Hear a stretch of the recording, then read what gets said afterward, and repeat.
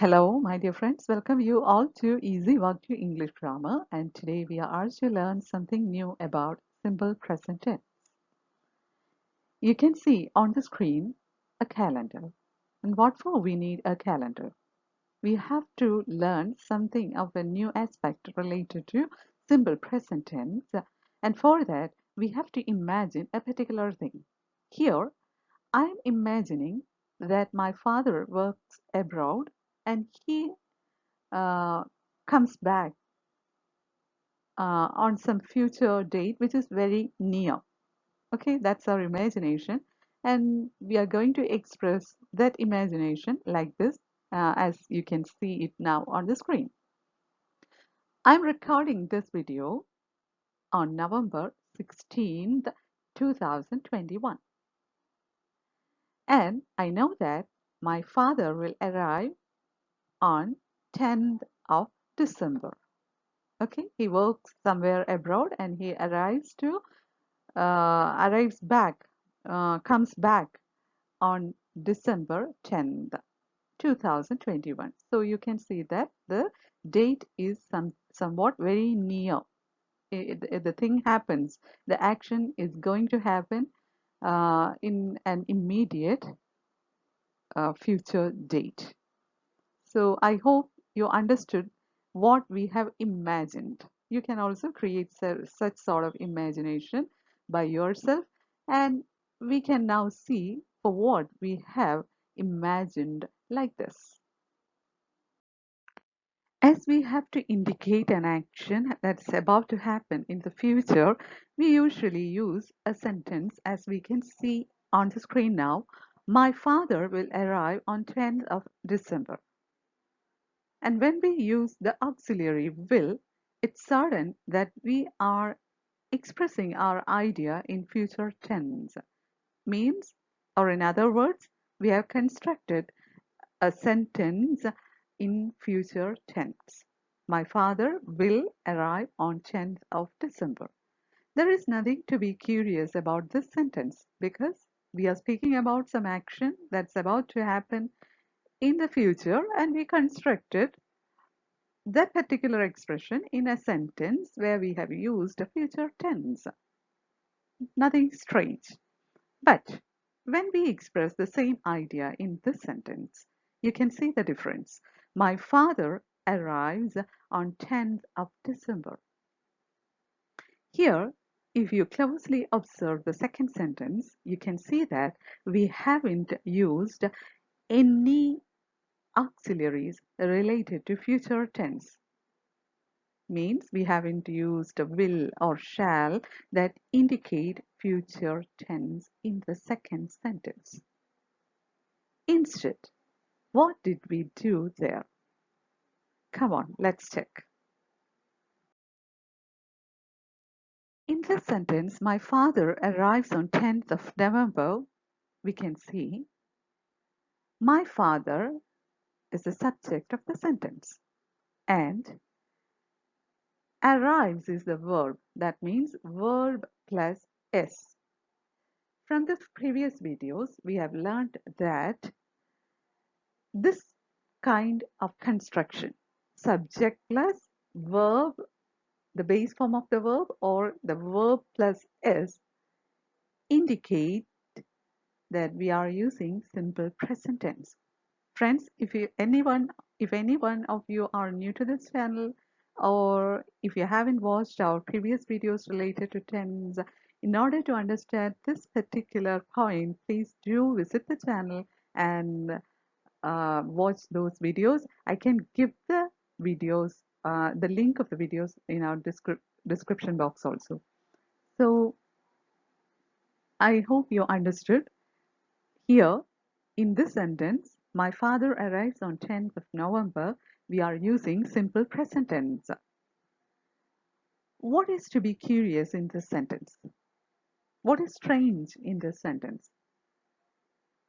Here, the sentence is in simple present tense, but we are speaking about an action that is happening in the future time of, or we have constructed a sentence in simple present tense in order to indicate an action that will be happening in the future time.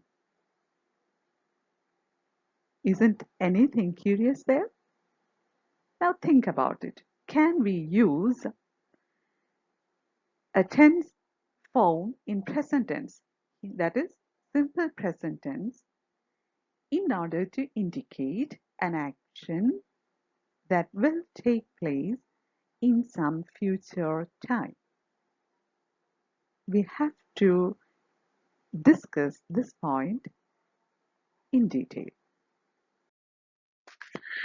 We posed a question sometime before, and that was, can we use simple present tense in order to indicate an action that will be taking place in the future? The answer is yes, but there are certain conditions. The first thing is that that action should be a planned one. Means we cannot speak a future action which we randomly chose to do um, in simple present tense. That action should be planned already. Only in that condition can we use a future action in simple present tense. The second condition is that the action should be part of a schedule or a timetable. For example, I know you may be a bit confused, so we can definitely go for an example. Listen to me carefully. We started the video with an example that my father, who works abroad, comes on December 10th. Imagine that he works somewhere in the USA. Can he come straight away to India without any planning? Not, of course. He needs to plan his journey back to India. He has to book a flight ticket. He has to make arrangements for his journey, his flight, and many, many other things. And this particular flight will have a particular time schedule. It takes off in a particular time. So, this action, my father comes back to my home from somewhere from abroad, comes under or forms part of a schedule, a timetable. I hope you understood. We can use simple present tense in order to indicate a future action only in this context. These are the two conditions. Did you understand? If you have any doubt, please repeat to watch the video, and you can certainly comment your uh, doubts down below the comment box. Now we can discuss certain other areas where we can use simple present tense. As you can see on the screen now, it is in commands or requests. It's commands, requests, etc. means in imperative sentences. Okay, if you are doubtful about imperative sentences, we need to do a video about imperative sentences. So if you would like to watch a video, an informative video on imperative sentences, please do comment below the comment box. We'll do it as fast as uh, possible. And for requests and comments, these examples will do, I think. Open the door. Please give me some water.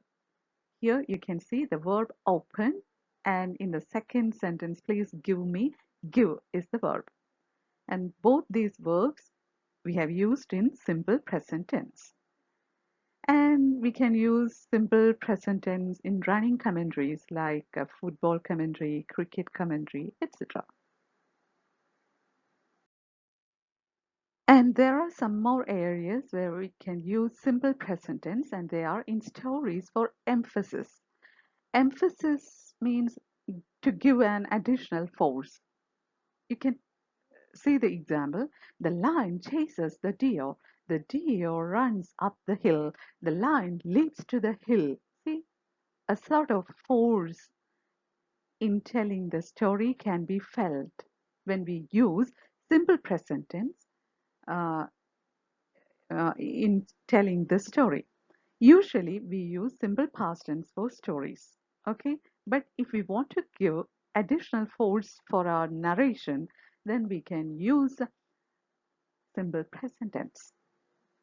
And one more use is there to express sudden and strong emotions, that is exclamatory sentences.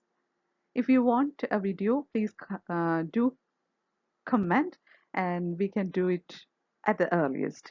And here you can see, here comes the beauty of the world. Comes is a verb here, and we have used that particular verb in simple present tense. So I think we have discussed almost all the major sections uh, of the use of simple present tense by this video.